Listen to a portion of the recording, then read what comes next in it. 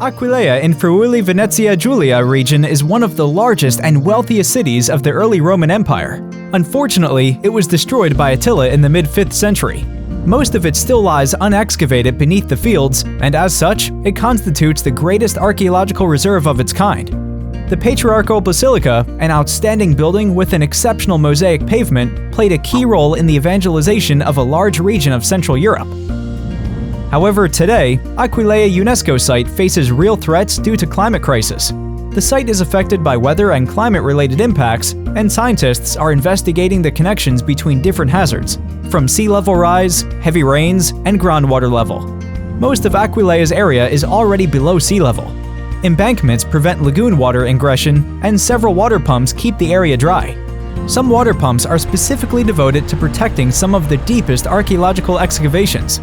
When heavy rains occur, some parts of the site can be flooded, including the basilica, especially when at the same time, sea storm surges impede pluvial water discharge. Sea level rise will exacerbate these problems as groundwater level will rise too, and it will become even more difficult to protect the excavations.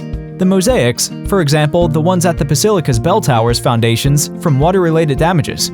There are also other climate-related impacts, such as heat waves affecting the archaeologists at the site, tourists, or school groups visiting the site. But did you know that cultural heritages under UNESCO protection are not the only thing under severe threat from the climate change? Complexes of shallow wetlands, such as the Murano and Grotto Lagoon, are facing significant threats. The Murano and Grotto are placed between the Asanzo and Tagliamento river mouths in Upper Adriatic Sea. They are extending for about 32 kilometers and reaching up to 5 kilometers width. More than 16,000 are the hectares of canals, tidal flats, salt marshes, islands, and estuarine areas. The Murano and Grotto Lagoon is one of the largest and the most characterizing Natura 2000 sites of the Friuli Venezia Giulia region. The protected habitats, as coastal lagoons, gray and white dunes, mudflats, and sandflats, cover about the 85% of the lagoon. Moreover, other typical transitional habitats, as Mediterranean salt meadows and seagrass beds, are well represented. Estuarine areas, largely present at the mouth of the River Stella, are close to the typically lagoon habitats. Also, did you know that the diversity of habitats is linked with great bird species richness and a diversification in bird communities?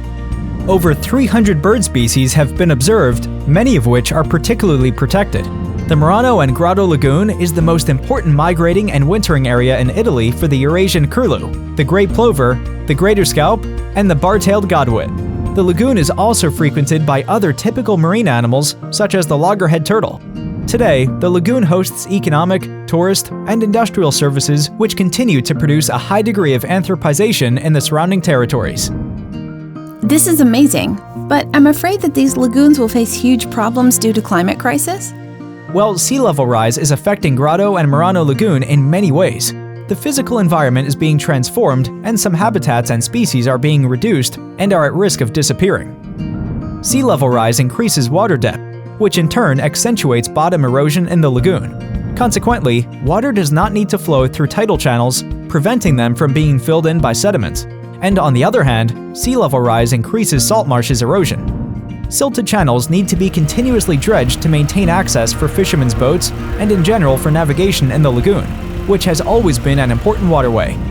Increasing salinity is affecting some vegetal and animal species that thrive in less salted waters and that are therefore forced to move or disappear. Apart from sea level rise, also water temperature is rising, and this is a problem for organisms adapted to cooler waters.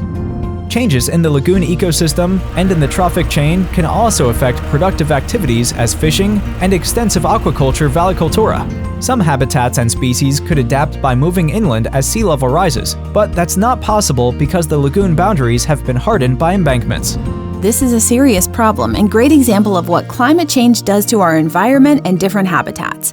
We need to tackle the challenges we are facing as soon as possible and make sure that people are aware of their responsibility to protect our nature and ecosystem. Yes, indeed. You are right.